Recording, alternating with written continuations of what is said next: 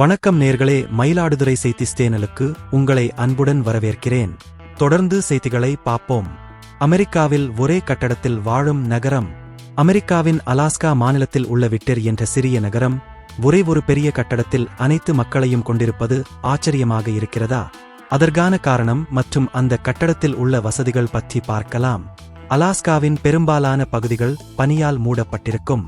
விட்டர் நகரம் 15 வருடங்களுக்கு முன்பு வரை கடல் வழியாக மட்டுமே அடையக்கூடியதாக இருந்தது. இந்த நகரத்தில் 14 மாடிகள் கொண்ட ஒரே ஒரு பெரிய கட்டடம் மட்டுமே உள்ளது.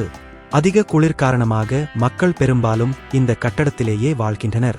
இந்த கட்டடத்தில் சுமார் 200 வீடுகள் மற்றும் மக்களின் அத்தியாவசிய தேவைகளை பூர்த்தி செய்யும் கடைகள், கோவில், மருத்துவமனை, தபால் நிலையம் போன்ற அனைத்து வசதிகளும் முதல் தளத்தில் உள்ளன. இப்பகுதியில் உள்ள துறைமுகம் காரணமாக இங்கு வாழும் மக்களின் பிரதானமான வேலைவாய்ப்பு அங்குதான் அமைந்துள்ளது. 2ஆம் உலகப் போருக்கு பின்னர் அமெரிக்காவிற்கும் ரஷ்யாவிற்கும் இடையே நிலவிய பனிப்போர் காலத்தில் இப்பகுதியில் இராணுவ துறைமுகம் மற்றும் இராணுவ தளம் அமைக்கப்பட்டது. இராணுவ வீரர்கள் குடும்பத்துடன் இங்கு குடியேறத் தொடங்கினர். இப்பகுதி கடுமையான குளிர் வானிலை கொண்டது. அதிக பனிப்பொழிவின் போது நகரத்தின் பாதி பகுதி பனியில் மூழ்கிவிடும். இந்த சூழ்நிலையை சமாளிக்க 1954 தொடங்கி 1957 ஸ்டீல் மற்றும் கான்கிரீட் கொண்டு இந்த கட்டிடம் கட்டப்பட்டது. கடும் குளிர் காலத்தில் பள்ளிக்கு செல்லும் மாணவர்களுக்காக கட்டடத்தின் கீழ் பிரத்யேக சுரங்கப்பாதை அமைக்கப்பட்டுள்ளது. பயங்கரமான பனிப்பொழிவின் போது மக்கள் வெளியில் செல்ல முடியாததால் அனைத்தும் ஒரே கட்டடத்தில் அமைக்கப்பட்டிருப்பது சிறப்பு.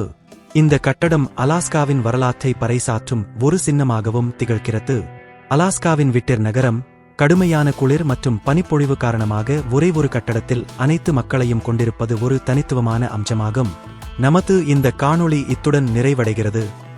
உலகம் முதல் உள்ளூர் வரை இன்றைய முக்கிய செய்திகள், அண்மைச் செய்திகள் அனைத்தையும் மயிலாடுதுறை டால்க் இணையதளத்தில் உடனுக்குடன் அறியலாம்.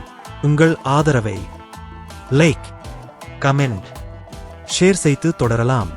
நன்றி, வணக்கம்.